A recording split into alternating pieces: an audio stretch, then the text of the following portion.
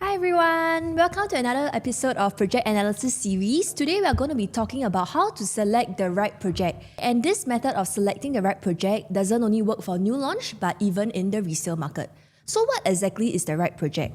I would say the right project is something that is profitable not only for the first buyers who bought during the new launch but even during resale. Okay, so for example, if we take a look at Jadescape, the highest profit is actually up to 4.35 million. Impressive thing is that even the second owners managed to profit 414,000 and 848,000. So what exactly does Jadescape have for it to be so successful even in the resale market? We will dive in deeper, and today we will also be analysing on the upcoming Thomson Reserve. So Thomson Reserve has been highly anticipated since 2024, not only amongst buyers, amongst agents, but even agents who are buyers themselves. Alright, so why is Thomson Reserve so popular? And I'll also share with you how to select the right project even in the resale market, as well as how to select the right unit. Because like you see, even in Jadescape, different units have different profitability. And because Thomson Reserve is so popular, it might even hit 3,000 PSF. So if Thomson Reserve hits 3,000 PSF, what are some of the other value buys that you can consider today? So before we proceed, I'll appreciate if you can take some time to like my video as well as subscribe to my channel, as today's project analysis is just going to be part 1 of Thomson Reserve. Once we have the floor plans, I'll be doing a part 2 of the Thomson Reserve analysis. Okay, so why exactly is Thomson Reserve so popular? Thomson Reserve is actually previously known as Thomson View. This is an en bloc project and it sits right in the heart of Thomson area. Thomson View actually do have a pretty nice view. It's overlooking the landed area. We also have the nature park. It's just right across Thomson Plaza. Thomson Reserve is right at the doorstep of Upper Thomson MRT. If you see the land size, you will notice that it is going to be a mega project. Estimated we will have more than 1,200 units in Thomson Reserve. It is also likely going to be within 1 km of Ai Tong Primary School, which is a very popular school in this area. So why is Thomson Reserve so popular? It's not just because it's near MRT, not just because it has a good school and a good view, but also because there's a serious lack of supply in this area. So if you see over here, we do not have much condos in the vicinity. So the last launch we have was actually Thomson Impressions. Thomson Impressions was launched in 2015 and they TOP in 2019. And our next launch that we have is Jadescape Condo. It's down the road closer to Marymount area.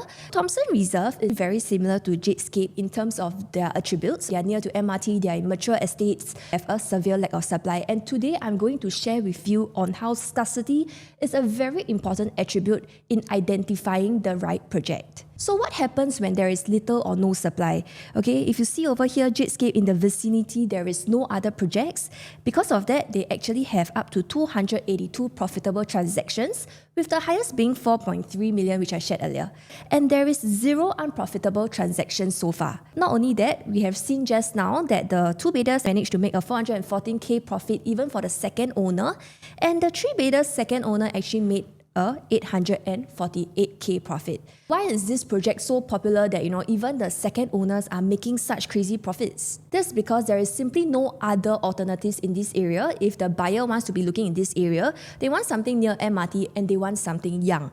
Because there is no other new launch as well, the best next option that the buyers actually have is to enter the resale, which is Jadescape. So in areas like this, you will notice that the seller have the bargaining power, and because demand outweighs supply, naturally the prices will keep climbing up. If we take a look at another example, this is Panorama in Ang Mo Kio. They TOP'd in 2019 and they have 274 profitable transactions with the highest profits clocked at 1.5 million. Similarly, in the vicinity, there is no other new projects, which is also why when the next new launch, which is Amo that launched in 2022, due to the high demand and low supply, sold 98% on launch day. So from here, you can see that the 3-bedder owners that are making a 790k profit and another 3-bedder that is clocking 560k profits for a subsale owner. So this is what happens when you buy into an area with almost no supply. Okay, every layer of buyer actually benefits, not just the first owner. This is another example that we see. Bishan Loft, we actually see a total of 225 profitable transactions, with the highest profits being 2 million. So for Bishan Loft, because it's slightly older, I managed to find some examples for third owners transactions. So we have third owners for 1202, they managed to profit 250,000. For 0710, they actually managed to profit 397,000. And 0809, 910,000. And bear in mind, this is the third owner. So it's definitely not true when people tell you that, hey, resale definitely can't make money, or when people tell you new launch makes more. Because over here, you can see that the third owner actually managed to profit more than what some first-time buyers actually profit. So from the last 3 examples, we see 3 different projects in 3 different mature estates, but all of them actually have the same similarity, which is scarcity, where nearby there is not much other alternatives for buyer to consider. So in an area with little supply, we often see the prices of the existing supply to keep climbing because demand just outweighs supply. Okay, and Thomson Reserve is likely going to be very similar to the 3 projects that we discussed earlier, okay, because in this area, there is not much other supply, hence the crazy demand and anticipation from buyers and agents over the last 2 years. So who exactly are the people that is buying into Thomson? For Jadescape, majority of the buyers are actually Singaporeans, about 80%, and 15% is by PR. This project is quite popular amongst the Chinese. I do know that they call this the Wang Hong project. We also noticed that majority of the purchasers are actually coming from the private address. This means that they can be coming from the nearby older condos, or they can also be coming from the landed properties nearby. Of course, due to the location itself, we do see a lot of owners coming in from different parts of Singapore. So besides the fact, that they are clocking very crazy profits up to 4.35 million, what is more impressive is the fact that somebody actually bought the 6-bedder unit for 10.15 million. I'm sure some of you might be wondering, how come these buyers, if they have this kind of budget, some of them are buying at 5 over million and this person buying 10 over million, why not just buy a landed, right? Because after all, Jadescape is just a 99 years condo, so why not look at landed? But here's the actual choice back then. If you have $5 million, which one would you go for? Would you go for Jadescape, a 99 years condo that is 3 years old? You can get a 2,099 square feet single floor plate 5-bedder. Any renovation needed, it will be quite minimal. Or you can go for a freehold inter-terrace in the same location. But bear in mind, with 5 million, it will be an original condition. Land size will approximately be 1,800 square feet. And because this is in an original condition, likelihood it will need a rebuild or a major A&A, which will set you back about maybe 500k to $1 million. Besides the cost, we also don't want to forget about the time required for the A&A to happen. So rebuilding a major A&A can take maybe 1 to 2 years of your time, and all this is while you are still paying for the mortgage of the landed property while it's rebuilding, even though you're not staying. And you are also still paying for the rental of your current property.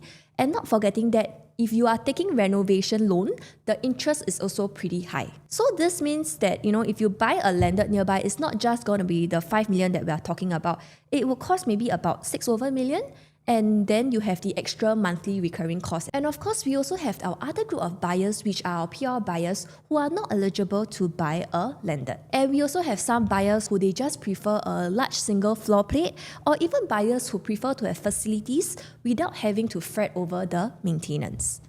So this is why we see buyers who are willing to pay 5 million for Jadescape or even up to 10 million for a 99 years condo. But just because a project has all the good attributes doesn't mean that all units will actually profit the same. We don't see all units in Jadescape profiting 4 over million or 1 over million. So I know a lot of buyers who are waiting for Thomson Reserve who they just want a unit in Thomson Reserve. So if you fall in this category of buyers where money is not an issue for you, then maybe you can skip this part. But for majority of my buyers out there, if you want to be making profits, we not only want to choose the right project, but we also want to choose the right unit. So how then do we select the right unit? First and foremost, one very, very important factor is actually having the right layout. But for Thomson Reserve, we don't have the floor plans yet. So whether or not Thomson Reserve will fall under the right project or fall under the right unit, we will have to wait and see. Okay, so stay tuned to the part 2 of my analysis, which I'll be launching when developer actually releases the floor plan. But what I want to show you today is the importance of having the right layout. This is an evergreen attribute where a right layout can actually help you to make more profits. And if you do not have a right layout, right, it will hit you pretty bad during a bad market. Okay, so in order to show you how layout actually affects profitability and what exactly is the correlation between profitability and layout, I've actually picked two projects that are side by side. So this is Skyview and this is Sky Habitat. So if you have been to Bishan area, you'll definitely not miss this project because this project is a very famous one, is award-winning and is by a renowned architect, the same architect who actually designed MBS. Sky Habitat launched first in 2012 and shortly after in 2013, Skyview launched.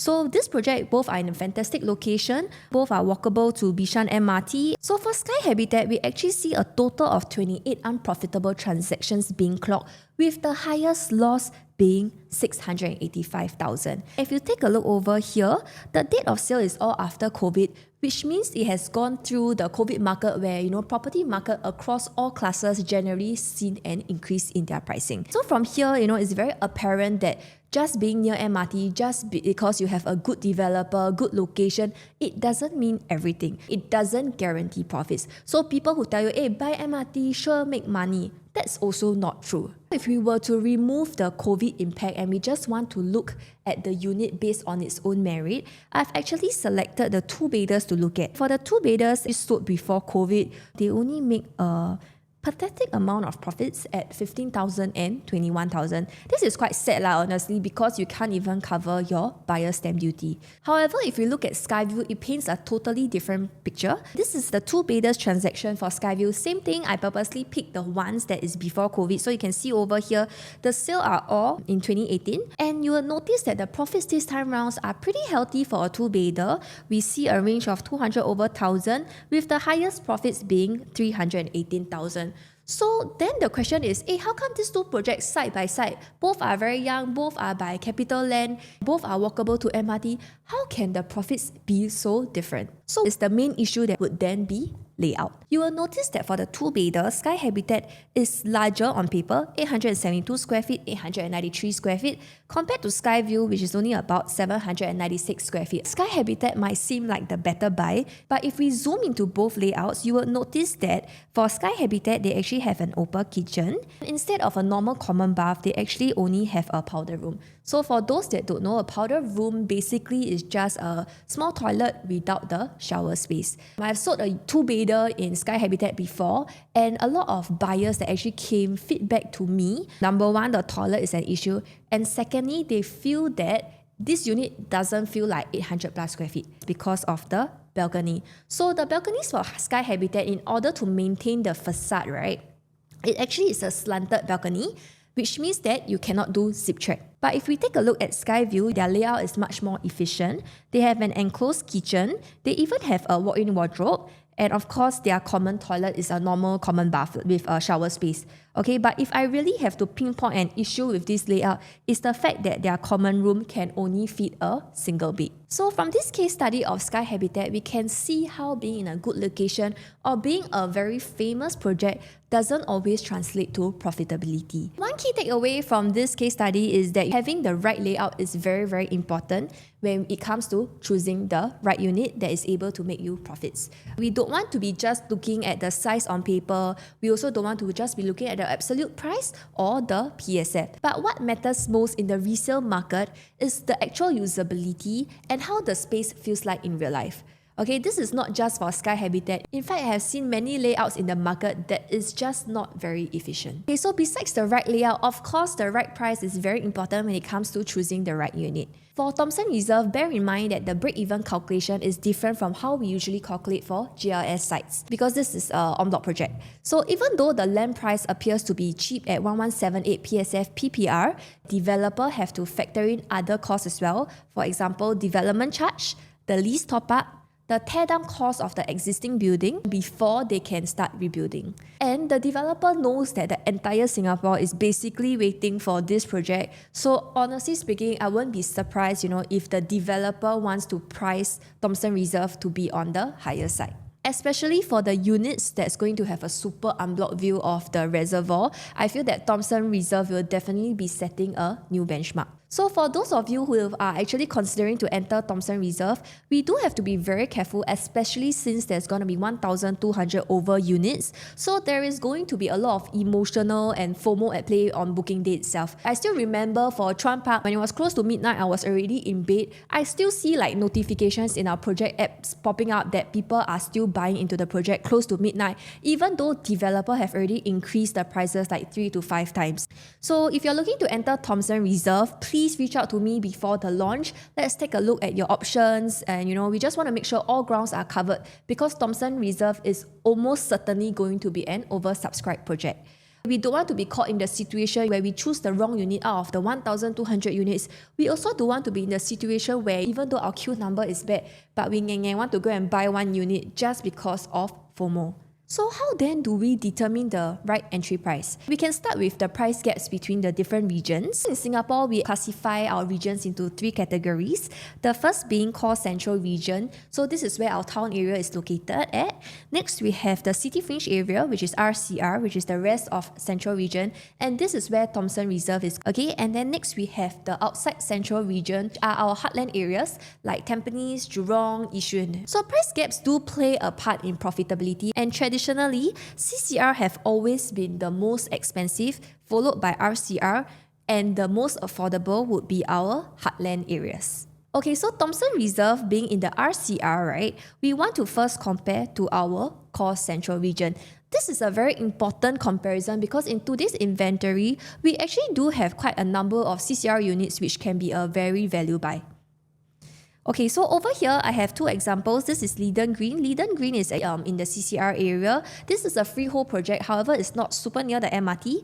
And RCR project, Woodleigh Residences. This is the one right above Woodleigh Mall and Woodleigh MRT. Both are 2-bedders. Back then, in 2021, when a CCR and RCR projects are roughly launched at the same price where there is almost no price gap, you would notice that, the CCR project made more. For Leiden Green, we actually saw the ROI being 50 to 60%, whereas Woodleigh Residences 2-bedder is only making around 30%. Here's another example of Leiden Green versus another RCR project, Pearl Bank. So one Pearl Bank is actually walkable to Outram MRT. There is not much price gap in terms of their purchase price. In fact, there's also one unit that actually bought at a more expensive price than what Leiden Green buyers actually entered for.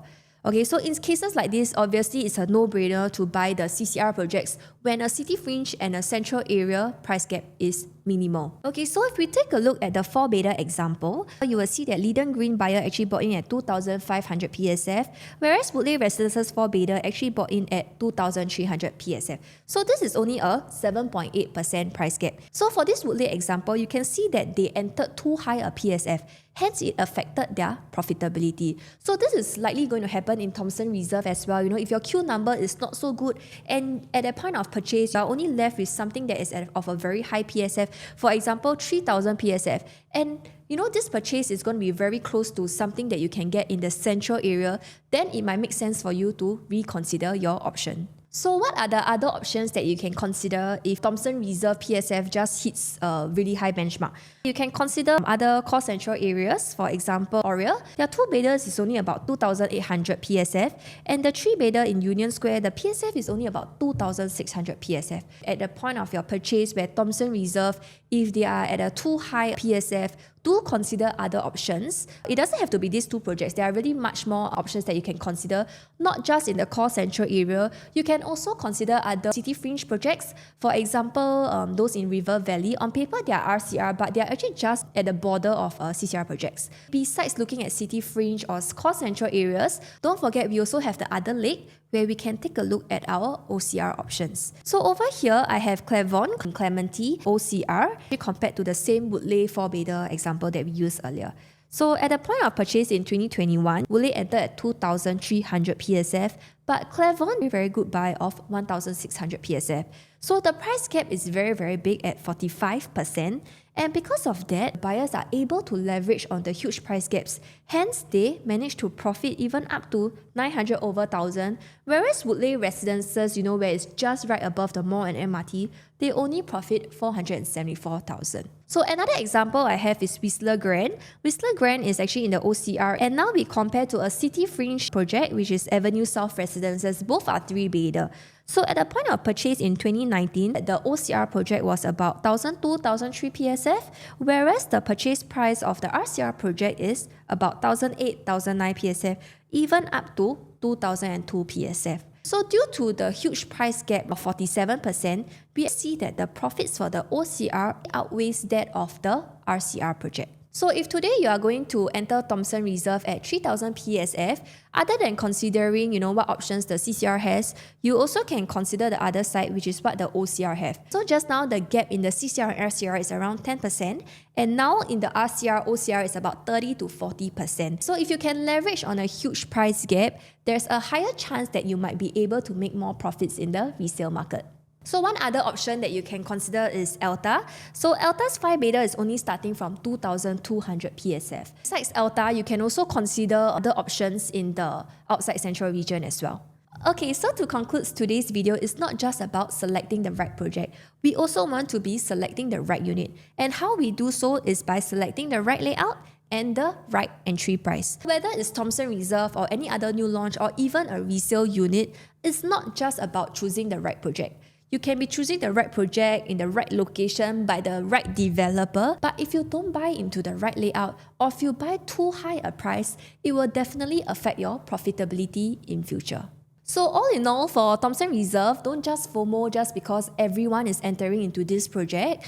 If you need someone logical to stop you from making an emotional purchase on the booking day, reach out to me for a consultation. Also, please subscribe to my channel because I'll be doing a part 2 analysis of Thomson Reserve when the floor plans are out. And that is when we will see, if Thomson Reserve is truly the right project and the right unit for you. Also, don't forget to like and share this video and subscribe to my channel, and I'll see you in the next episode. Bye!